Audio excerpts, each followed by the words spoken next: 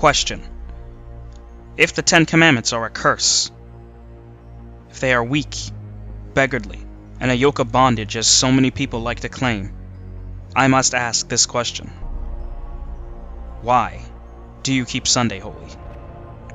I mean, after all, if the seventh-day Sabbath is truly a yoke of bondage, why would you set up a mock Sabbath? That is, why would you set up a Sabbath look-alike?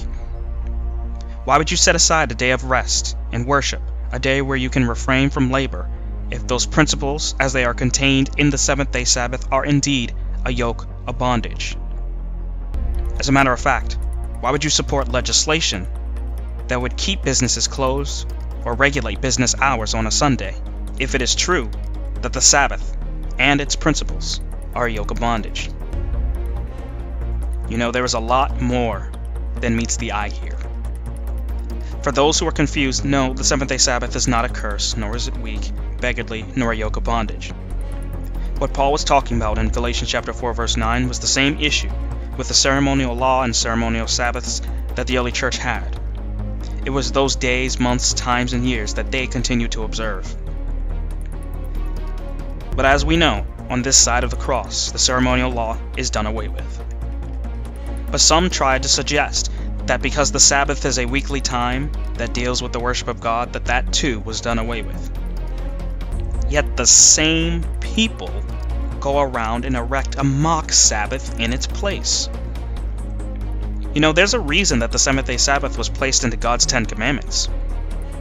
That entire law encompasses the moral duty of mankind, from putting God first, to not committing adultery, to speaking truth and not lies, and to being someone who is a life giver versus being a murderer. Obviously, there were other points as well. The seventh-day Sabbath was embedded in that moral law because it is a moral duty for mankind to come and worship his Creator every single Sabbath day, for the Sabbath is God's day. It is a day that was made for the benefit of man, a day of rest, worship, fellowship, etc. And it cannot be ignored, but with the gravest consequences.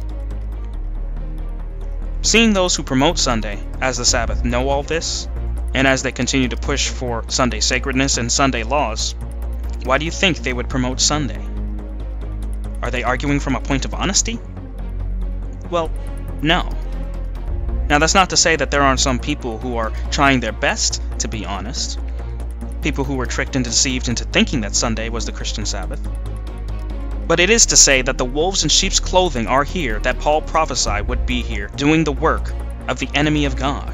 This enemy who was prophesied to try to change God's times and laws, that is shown in Daniel chapter 7, verse 25.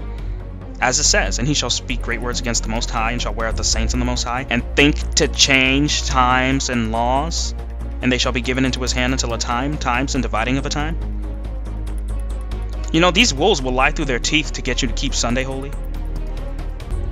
I mean, ask them. Ask your pastors, teachers, preachers, etc. to prove to you Sunday is the Christian Sabbath. As a matter of fact, get your Bible, open it up, and prove right now that Sunday is the Christian Sabbath. Gather together everyone that you possibly can, every theologian that you possibly know, every person who's been to seminary. Gather each and every single one of them and prove right here and now that Sunday is the Christian Sabbath.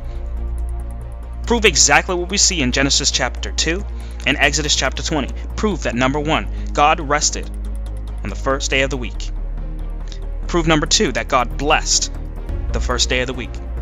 Prove, number 3, that God sanctified or set apart for holy use the first day of the week.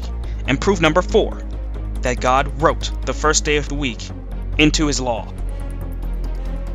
Gather every single person you can and prove beyond a shadow of a doubt that Sunday is the Christian Sabbath.